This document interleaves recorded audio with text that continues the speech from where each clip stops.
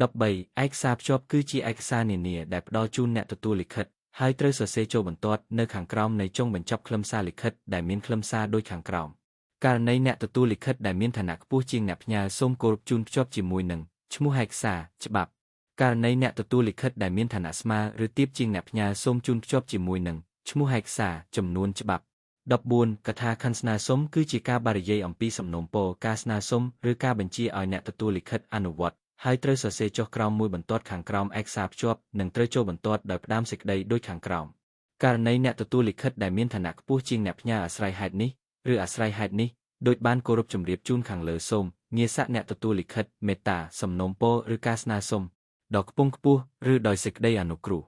ករណីអ្នកទទួលលិខិតដែលមានឋានៈស្មើឬទាបជាងអ្នកផ្ញើអាស្រ័យហេតុនេះឬអាស្រ័យហេតុដោយបានជម្រាបជូនខាងលើសូមងារស័ក្តិអ្នកទទួលលិខិតសំណូមពរឬការស្នើសុំឬការតាមការគួរ15កថាខណ្ឌគួរសមគឺជាការសម្ដែងនៅការគួរសមចំពោះអ្នកទទួលលិខិតហើយត្រូវសរសេរចុះក្រោមមួយបន្ទាត់ខាងក្រោមកថាខណ្ឌស្នើសុំនិងត្រូវចូលបន្ទាត់ដែលមានខ្លឹមសារដូចខាងក្រោមករណីអ្នកទទួលលិខិតដែលមានឋានៈខ្ពស់ជាងអ្នកផ្ញើសូមងារស័ក្តិអ្នកទទួលលិខិតមេត្តាទទួលនៅការគោរពដ៏ខ្ពង់ខ្ពស់ពីខ្ញុំបាទទឺនាងខ្ញុំករណីអ្នកទទួលលិខិតដែលមានឋានៈស្មើឬទាបជាងអ្នកផ្ញើសូមទទួលលិខិតទទួលនៅការរាប់អានដ៏ស្មោះពីខ្ញុំ 3.34 ផ្នែកបញ្ចប់នៃលិខិតរដ្ឋបាលងារស័ក្តិអ្នកផ្នែកបញ្ចប់នៃលិខិតរដ្ឋបាលរួមមាន16មុខតំណែងហត្ថលេខី17ហត្ថលេខា18ត្រា19ឈ្មោះហត្ថលេខីនិង20ចម្លងជូន16មុខតំណែងហត្ថលេខីគឺជាឈ្មោះមុខតំណែងរបស់អ្នកដែលត្រូវចុះហត្ថលេខាលើលិខិតហើយត្រូវសរសេរនៅរឹមខាងស្ដាំខាងក្រោមមកថាខណ្ឌគួរសមគំរូមុខតំណែងហត្ថលេខីជាក្រុមប្រឹក្សាប្រធានជាគណៈកម្មាធិការបអភិបាលនាយករដ្ឋបាលតបអភិបាលប្រធាននាយករដ្ឋបាលស្ដីទីអភិបាលនឹងជាប្រធាននាយករដ្ឋបាលស្ដីទីអភិបាលស្ដីទីអភិបាលរងនឹងជាប្រធានអង្គភាពឬការិយាល័យប្រធានអង្គភាពឬការិយាល័យស្ដីទីជាអភិបាលរង17ហត្ថលេខីត្រូវចុះហត្ថលេខារបស់ខ្លួននៅចំកណ្ដាលនិងពីក្រោមមុខតំណែងហត្ថលេខី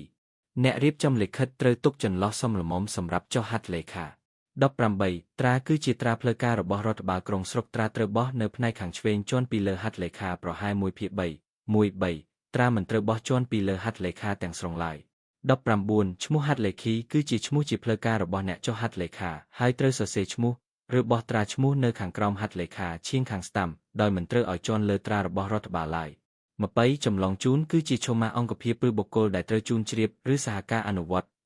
តចម្លងជូនត្រូវប្រើទំហំអក្សរតូចជាងទំហំអក្សរអត្ថបទចំនួន2លេខហើយត្រូវសរសេរនៅរឹមទំព័រខាងឆ្វេងខាងក្រោមមុខតំណែងហត្ថលេខីមួយបន្ទាត់ចុងក្រោយគេនៃចម្លងជូនគឺត្រូវសរសេរថាឯកសារកាបវត្តរូបមន្តនៃចម្លងជូនមានដូចខាងក្រោម